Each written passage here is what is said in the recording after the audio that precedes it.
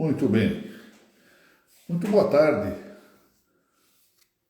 Meus cumprimentos iniciais ao Dr. Bruno Quintiliano Silva Vieira, digno presidente da Arpen de Goiás, igualmente a estimadíssima Evelyn Antonioli Valente, diretora da mesma entidade, e a todos aqueles que já se encontram aqui para mais essa nossa trilha da série Caminhando pela Lei 6.015 de 1973, uma série que foi idealizada pela registradora civil no estado do Ceará, a doutora Thaís Castelo Branco.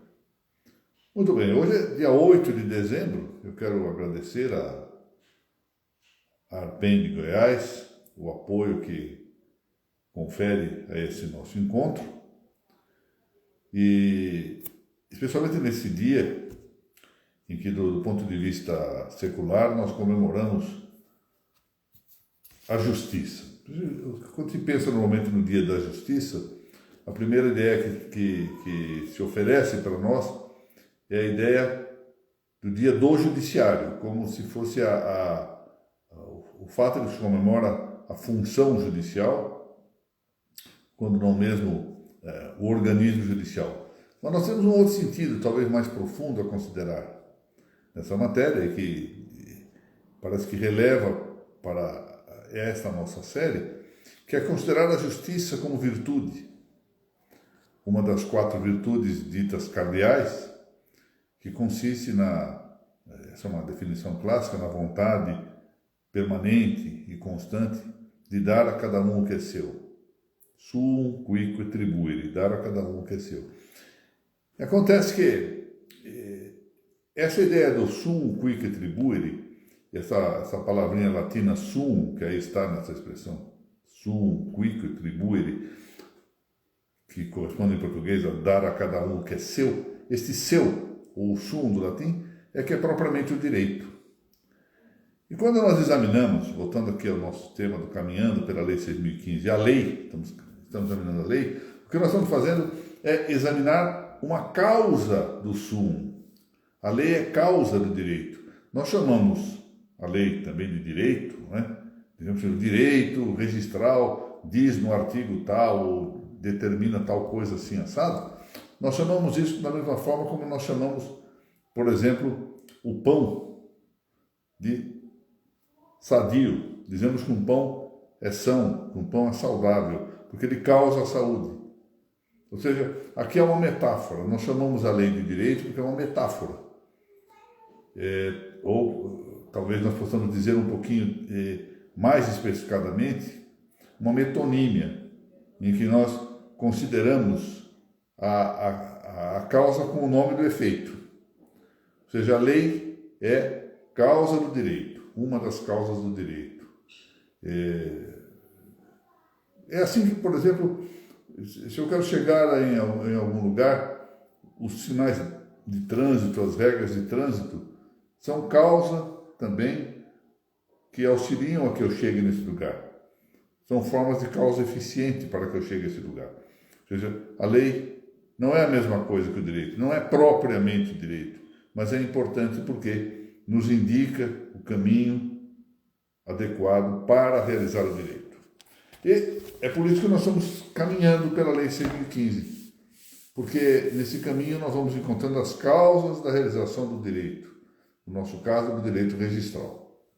Bom, dito isto, que foi um pequeno elemento introdutório, para não deixar passar em albis o dia 8 de dezembro como o Dia da Justiça, eu queria lembrar também e agradecer a Arpen do Estado de Goiás pelo fato de ter feito até mesmo um banner eletrônico de homenagem ao Dia da Justiça. Então, retomando, como a lei não é propriamente direito, mas é uma causa do direito, e nós só chamamos a lei por metonímia de direito, vamos então examinar a lei, porque ela é que nos vai levar até a realização do direito. E hoje vamos ver 3 artigos relativamente simples. Os artigos 43, 44 e 45 da Lei 6.015. Começamos pelo artigo 43, que diz o seguinte, lerei agora. Os livros de proclamas serão escriturados cronologicamente, com o resumo do que constar dos editais, expedidos pelo próprio cartório ou recebidos de outros, todos assinados pelo oficial. As despesas, isso diz o parágrafo único, agora as despesas de publicação do edital serão pagas pelo interessado. Naturalmente, nós já sabemos que esse parágrafo único vigora enquanto não surgir alguém que julgue de maneira iluminada que isso deve ser praticado gratuitamente, como costuma ocorrer em relação aos atos do registro civil. Mas vamos adiante. Fala-se aqui em livros de proclamas. Se nós formos à relação dos livros do registro civil das pessoas naturais, relação essa que se encontra no artigo 33, nós vamos ver essa referência, que está aqui como livros de proclamas, ser equivalente ao que consta do inciso 6º do artigo 33, que é o livro D do registro civil das pessoas naturais, mas lá não se fala em livros de proclamas, se fala em livro, ou como é preciso aqui ir buscar isso no caput do artigo 33, já nos fala os seguintes livros, depois de registro de proclama. Então, vejam aqui, a primeira observação a fazer, a lei chama de dois modos a mesma coisa.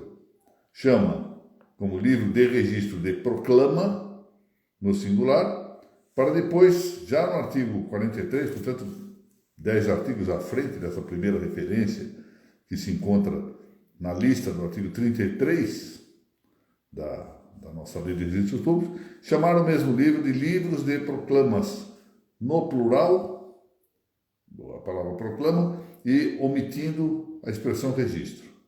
Mas se isso não fosse bastante, já logo no artigo 44, que é o artigo subsequente a esse que nós começamos a comentar hoje, essa mesma expressão, livro de proclama, já não aparece. Tampouco aparece registro de proclama, que está lá no artigo 33. Esse mesmo livro é chamado de registro do edital de casamento. Então notem, o legislador, em 3 dispositivos muito próximos entre si, topicamente próximos, né? Quer dizer, está dentro do próprio capítulo que tem aí 12 artigos ou 13 artigos, que trata da escrituração e ordem do serviço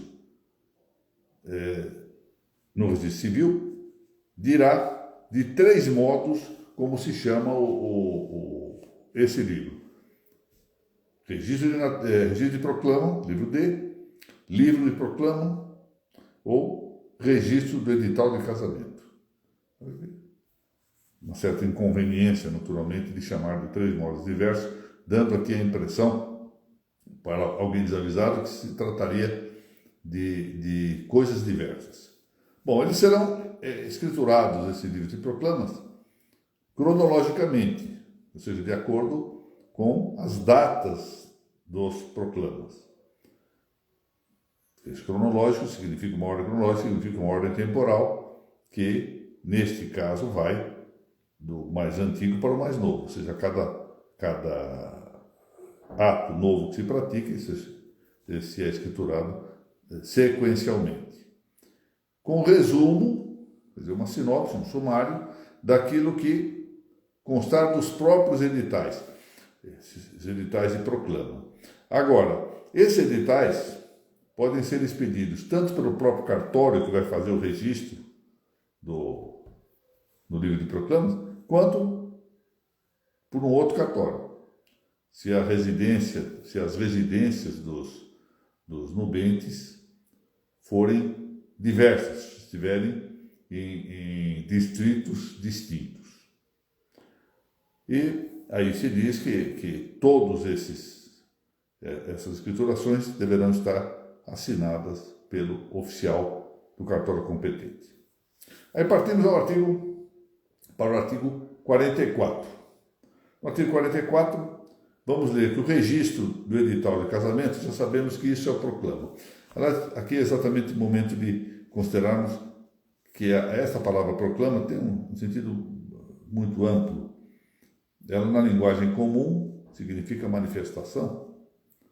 É por isso que falamos em proclamação da independência, quando Dom Pedro I, em 1822, expressa que o Brasil se separe de Portugal, porque de fato o Brasil já era juridicamente independente de Portugal, ao menos desde 1815, quando o Brasil foi elevado à condição de Reino Unido, ao de Algarve e de Portugal. Então, juridicamente já havia independência, mas de fato não era assim. Razão pela qual nós falamos com um certo excesso de linguagem proclamação da independência. O proclama da independência. Também falaremos depois, lá em 1889, quando houve o golpe militar que instalou a República no país, em proclamação da República. Nos julgamentos dos tribunais, não é incomum que ouçamos os presidentes das câmaras, os presidentes das cortes, dizendo que devem proclamar o resultado, ou seja, expressá-lo com uma certa robustez, com uma certa intensidade, com uma dada publicidade. A ideia dos proclamas tem exatamente esse significado. Bom, manifestação pública, manifestação externa, manifestação intensificada, etc. E o que é, nesse nosso caso, proclama? De Plácio de Silva fala que o proclama é um edital de noivado, ou seja, é uma expressão do noivado que se indica para que a sociedade conheça do que se trata, que é uma pretensão de duas pessoas de casarem-se entre si. Antigamente, para se ter uma ideia, nós veremos isso lá à frente ao tratarmos do processo de habilitação, mas não custa antecipar alguma coisa aqui. Os proclamas ou manifestações se faziam no átrio das igrejas. Até hoje, quando alguém vai casar-se no âmbito religioso, publicam-se proclamas, na verdade são editais, mas que ficam afixados na própria igreja. Mas antigamente isso era feito de maneira oral, por uma razão simples. Nós vivíamos, nesses tempos a que eu me refiro, nos tempos iniciais, primitivos dessa manifestação, em uma cultura não letrada, ou melhor dito, talvez, iletrada. Significa que, como não havia muitos livros, os livros eram muito caros, as pessoas tinham cultura que não dependiam da civilização, da textualização. Não imaginemos, longe disso, que em razão disso a sociedade fosse toda ela ignorante, não tivesse cultura. Não é nada disso. É que a cultura não dependia de textos. Frequentemente havia um esforço maior de memória. Nós temos visto ultimamente isto com alguma frequência, né? A aparição do telefone celular, para muitos de nós, representou uma diminuição da memória pessoal, porque nós temos agora uma forma de memorização, digamos, auxiliar. Tanto é que temos dificuldade, na maior parte das pessoas com que eu já fiz essa enquete, esse inquérito empírico, mas com todo mundo que eu falo é a mesma coisa, já não sabem mais o número dos telefones. Por quê? Porque quando precisam recorrem ao telefone celular. E de algum modo a aparição da imprensa, do papel, da cultura letrada, representou isso, uma certa perda da memória, porque não há mais necessidade de forçar tanto a memória se eu tenho o texto à minha mão. Quando imaginamos, por exemplo, e há várias hipóteses, que livros inteiros eram memorizados por algumas pessoas, hoje nós mal conseguimos entender isto. E não entendemos nem a utilidade, frequentemente, porque podemos ver o livro, podemos recorrer a ele como auxiliar da memória. Bom, voltando ao nosso tema. Então, por isso, as proclamações dos casamentos que iam realizar-se se faziam oralmente. E no átrio, por que se tem sempre a ideia de que se fazia no átrio da igreja no mundo ocidental? Porque isso começa, sobretudo, num período em que havia o que se chamava de cristandade ocidental. O que era a cristandade? eram nações, hoje chamaríamos de nações, na verdade, aqui estou utilizando a palavra um pouco avant la lettre, não havia propriamente nações. Grupos humanos, comunidades humanas, que viviam todas submetidas à lei do Evangelho. Portanto, como prevalecia o cristianismo nesses agrupamentos, então as igrejas eram locais de muito afluxo. E por isso ali se faziam, nos atos das igrejas, os proclamas correspondentes aos atos principais, em particular o casamento. Um resíduo, uma relíquia desse tipo de comportamento, nós vamos encontrar, já tive a ocasião de mencionar aqui, por exemplo, na igreja que contém a Portiúncula, em Assis, quer dizer, aquele local onde dormia São Francisco de Assis, bem à frente da igreja existe um grande quadro, onde informalmente as pessoas vão colocando avisos. Agora já não se trata de proclamas orais, mas comunitários de algum modo. As pessoas são informadas de muita coisa exatamente porque esse fato é proclamado de maneira comunitária, de maneira pública. Bom, então aqui se trata de um sentido específico do proclama como um edital escrito, que nós vamos lá ver à frente, é o Tratado de Habilitação de Casamento, quais são seus requisitos, etc., e que diz respeito a um casamento que vai realizar-se. Portanto, é um proclama com um sentido específico para o direito de família. Ele deve conter, de acordo com o artigo 44, todas as indicações quanto ao tempo de sua publicação, aqui se fala em a época da publicação, e os documentos que foram apresentados. Um rol deles, que constam alguns indicados, referidos na Lei de Registro Público, outros indicados no Código Civil. E deve abranger também, aqui é o ponto interessantíssimo que eu queria dizer, chamar a atenção. Diz a lei, abrangendo também o edital remetido por outro oficial processante. Bom, há pouco eles diziam, é possível que o edital seja publicado em mais de um lugar, bastando que os nubentes residam em distritos diferentes um do outro. Mas o que interessa muito aqui referir nesse artigo, já que nós estamos examinando artigo por artigo, é a expressão oficial processante. A lei, nesse sentido, nos dá uma pista muito vistosa acerca da ideia do processo registral. É um tema a que eu me venho batendo sem muito êxito há mais de uma década, de dizer que o registro é, sobretudo, um processo. O direito registral é especialmente direito processual.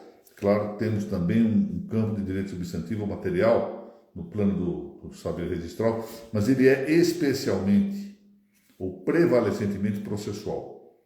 E aqui o legislador termina por admitir com essa expressão, não sei se de maneira consciente ou inconsciente, ou se isso pode ter passado despercebido também na redação, quer dizer, alguém que chama de 3 modos o mesmo livro pode muito bem cochilar e escrever algo sobre o qual não pensou bem ao escrever. Mas é muito interessante, como nós não podemos entender que isto deva ser uma referência ociosa, em que considerar aqui o fato de que o legislador da Lei 6.015 reconhece que há, nesse particular, em relação aos editais, ou seja, ao processo de habilitação, a ideia efetivamente de um processo. E, portanto, o registro não se caracteriza por ser um ato instantâneo, mas sim se configura por ser uma marcha de determinados atos sequenciais que vão para frente, é por isso que fala em processo e não em retrocesso, e que ficam esses atos aqui, parece que reconhecidos nessa sua forma sequencial e encadeada pelo legislador da Lei 6.015. Finalmente, vamos ver aqui o artigo 45. Esse artigo 45, como verão, já não tem a relevância, pelo menos para fatos novos, que tinha quando foi editada a Lei 6.015. Diz aqui o artigo 45.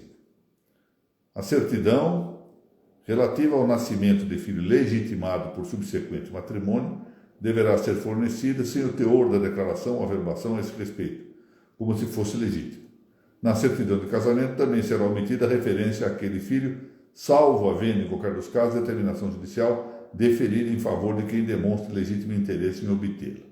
Aqui é o caso em que o matrimônio legitima o nascimento de filhos nascidos antes do casamento. Estou vendo aqui que a doutora Evelyn Tonioli Valente acaba de entrar aqui no nosso grupo, eu não posso deixar de dirigir a ela a minha saudação singular.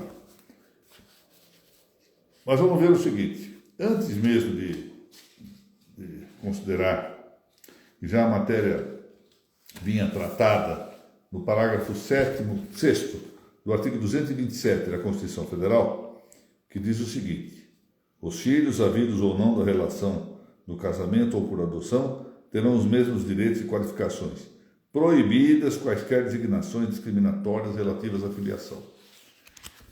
Lembremos-nos de uma lei que, curiosamente, não a vejo muito citada, né? Que é a Lei 8.560, de 29 de dezembro de 1992.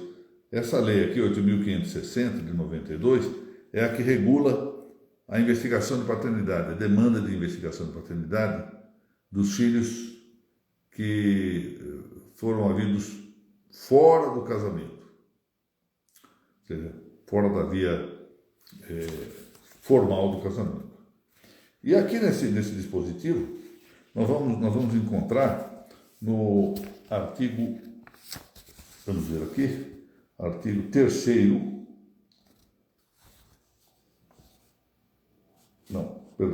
artigo 6º, o seguinte: das certidões de nascimento não constarão indícios de a concepção haver sido decorrente de relação extraconjugal. Então, repito, das certidões de nascimento não constarão indícios. Vejam que sequer há aqui a ideia de uma informação robusta, não. Sequer indícios. Indícios são, digamos, provas menos expressivas. De a concepção haver sido, diz aqui a lei, usando de um francesismo, nós temos no direito, na língua portuguesa, a palavra resultante, a palavra proveniente, a palavra derivada, mas temos muito também de usar essa expressão francesa, de que vem do francês diretamente, a palavra decorrente. Então, haver sido decorrente de relação extraconjugal. Isso é no artigo 6º. E aí o parágrafo 1º, isso é o caput. O parágrafo 1º desse artigo 6º da Lei 8.560 diz: não deverá constar em qualquer caso o estado civil dos pais e a natureza da filiação, bem como o lugar e cartório do casamento, proibida a referência à presente lei. Porque se houvesse referência à lei, a Lei 8.560, pronto, já haveria aí um indício de como se havia processado o registro. Mas aqui vem o parágrafo 2º e diz: são ressalvadas autorizações ou requisições judiciais de certidões de inteiro teor, mediante decisão fundamentada, assegurados os direitos, as garantias e interesses relevantes do registrado. Eu quero, é claro, todo mundo sabe que não pode nem sequer mencionar, há indicações constantes do termo, há outras indicações que estão à margem do registro, etc. Essas coisas, nada disso deve constar, mas eu queria me dedicar aqui a um tema controverso que eu vou referir. Vejam o que diz o parágrafo 2º desse artigo 6º da Lei 8.560. São ressalvadas autorizações, primeiro, ou requisições judiciais de certidões de inteiro teor, mediante decisão fundamentada, assegurados os direitos, as garantias e interesses relevantes do registrado.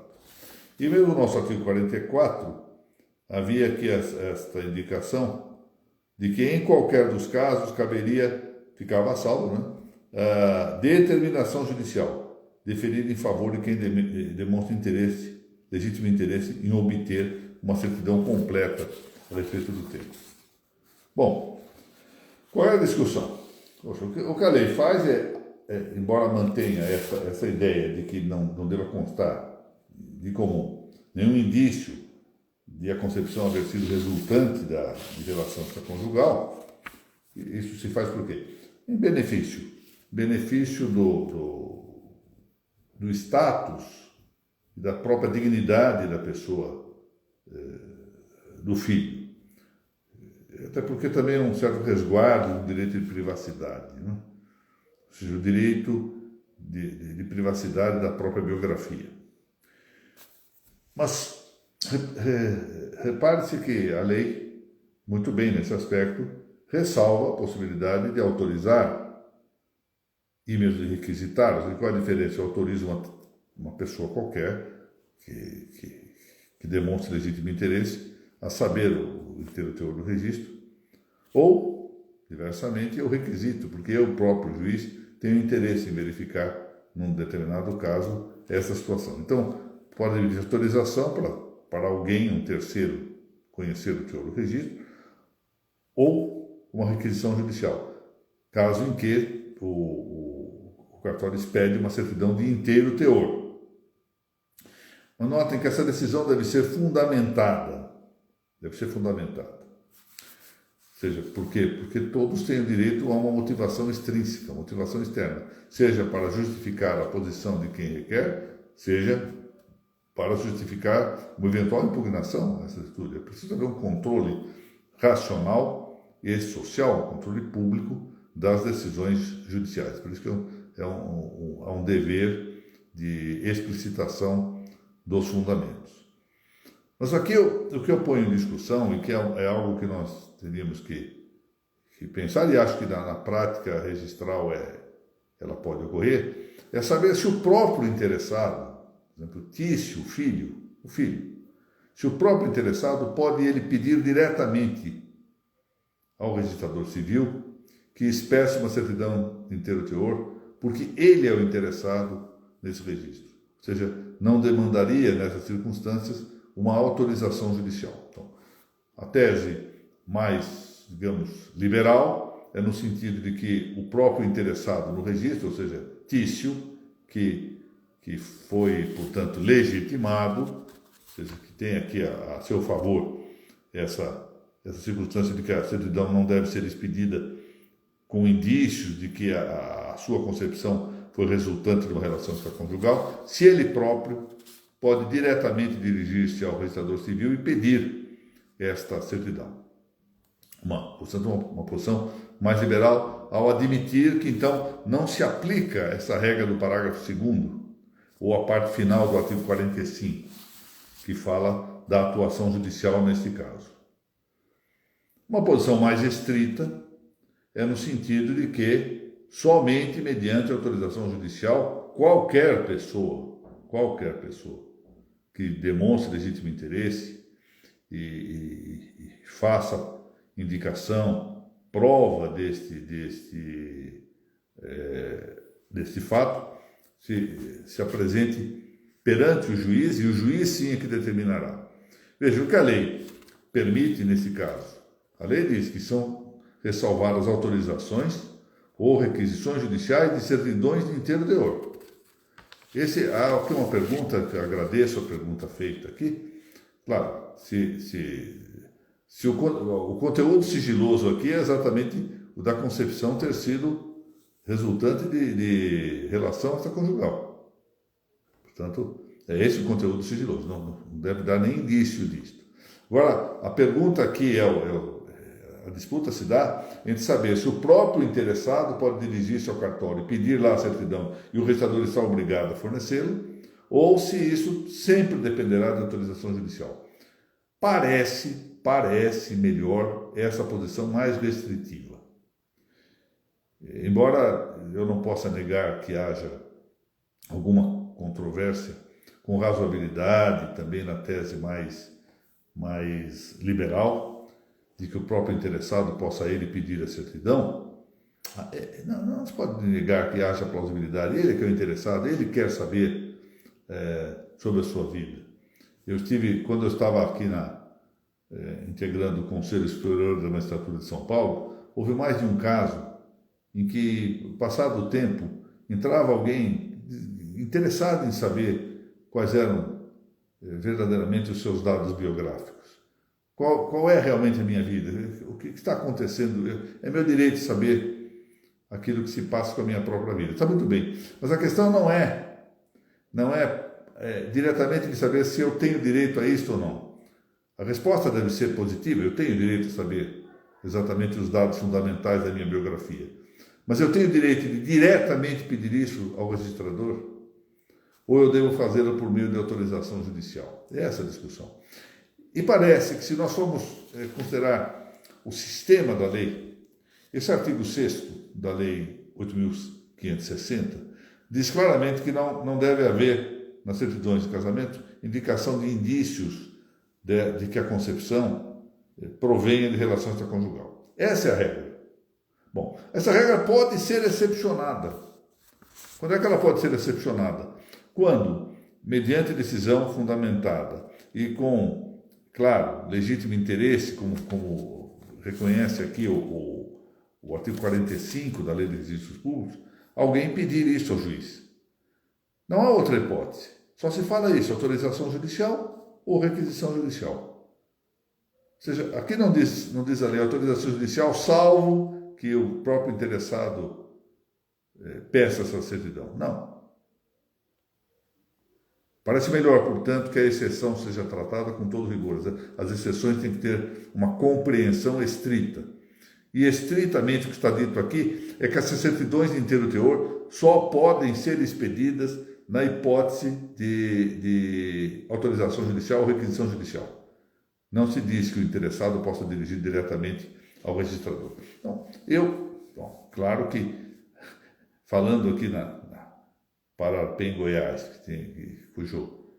cuja página no Instagram tem acesso para muitos e muitos registradores do Brasil inteiro, advogados da área do registro do Brasil inteiro, é preciso tomar cuidado nas respostas prescritivas, porque, claro, há essas coisas todas das chamados códigos imensos, esses alfarrábios das chamadas normas de serviço, códigos judiciários, que podem dizer uma coisa ou outra, e é preciso, então, cautela na minha resposta. Mas, em princípio, no meu modo de ver, se houver um pedido de um interessado em pedir uma certidão de inteiro teor, num caso em que o dado seja um dado abscôndito, ou seja, o dado que não deve ser mencionado nem mesmo de forma indiciária, seja esse da relação resultante, uma concepção extraconjugal, eu penso que o registrador não deve expedir a certidão,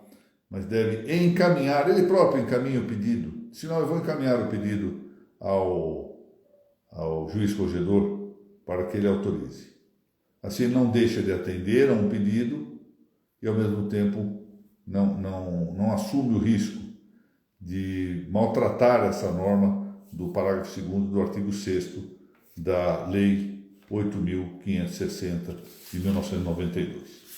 Muito bem, e com isso nós terminamos aqui a análise também desse artigo 45. Na semana que vem, excepcionalmente, vamos dobrar as quartas-feiras, porque temos lá à frente o Natal, né? Na semana que vem continuamos com o artigo 46 e seguintes da nossa Lei 6.015. Antes de encerrar aqui essa nossa exposição de hoje, e de agradecer, como muito agradeço efetivamente, aqueles que despendem seu valioso tempo caminhando aqui conosco, vagarosamente, pela Lei 6.015, e em particular agradecer a Arpen Goiás, na pessoa do Dr. Bruno Quintiliano Silva Vieira, da minha querida Evelyn Tonioli Valente, eu gostaria de convidá-los, se me permitem aí, o Dr. Bruno e a doutora Evelyn, aqui amanhã, a partir das 16 horas e 30 minutos, assistissem pela página por toda a rede. Eu vou falar da página do Facebook, mas em outras páginas também da rede social, da Arpen do Paraná, a pequena preleção que eu devo fazer sobre a independência dos notários e registradores, que é um tema importantíssimo, ou seja, se há ou não independência jurídica dos notários e registradores, se ela existe, como ela deve ser respeitada, etc. É uma exposição não mais do que meia hora, 40 minutos, como devem ser as exposições, com a característica esta primeira, aliás, passa a ser a segunda, mas a primeira, né, em forma associativa, né, com patrocínio associativo da APM Goiás, que será feita de maneira presencial e eletrônica. O auditório anexo ao 18º Registro de Imóveis aqui da capital de São Paulo, cartório de que é titular o Dr. Bernardo Oswaldo Francês, abriu as portas para essa reunião, que será também transmitida pela ANOREG do Paraná e pela Academia Paranaense de Direito Notarial e Registral. Aproveito aqui a presença do Dr. Bruno da Evelyn para sugerir que pensem aí na criação também no estado de Goiás, que vem dando mostras muito vistosas e aí congressos em que eu tive a honra de participar também, de intenso cuidado na área do direito notarial registral, de pensar em criar aí uma academia para as notas dos registros, juntando aí advogados, promotores públicos, professores, registradores, notários, eventualmente juízes, porque isso é importante, esse contato pluriprofissional. O Maranhão fez isto, o Paraná fez com vigor imenso, graças à doutora Mônica Guimarães de Macedo da Lavecchia, que impulsionou muito esse projeto, e vamos ver, o Estado de Goiás tem tudo para fazer um projeto semelhante, gente muito categorizada para isso. Mas, enfim, convido-os a comparecer amanhã, se não pessoalmente, ao menos eletronicamente, a partir das 16h30, para discutirmos um pouquinho esse tema da independência jurídica dos notários registradores, que poderia ter um subtítulo: Sobreviverá o notariado latino? É o que nós temos que perguntar. Meus caros, muito obrigado. Agradeço mais uma vez ao Dr. Bruno e à doutora Evelyn o apoio que dão a esses nossos encontros. Agradeço a presença de todo mundo que esteve por aqui, a doutora Amanda Gil, que é oficial substituta do 18º Registro de Imóveis, a professora Cátia Jonas Dias, que é minha assistente lá no Centro Universitário Figlio di Mestre de Guarulhos, a doutora Mônica da Lavecchia, presidente da ANOREG do Paraná, e a todos os demais. Eu aqui vi muitos presentes aqui na página e cujo nome acabei não guardando. Muito obrigado e até a semana que vem, se Deus quiser.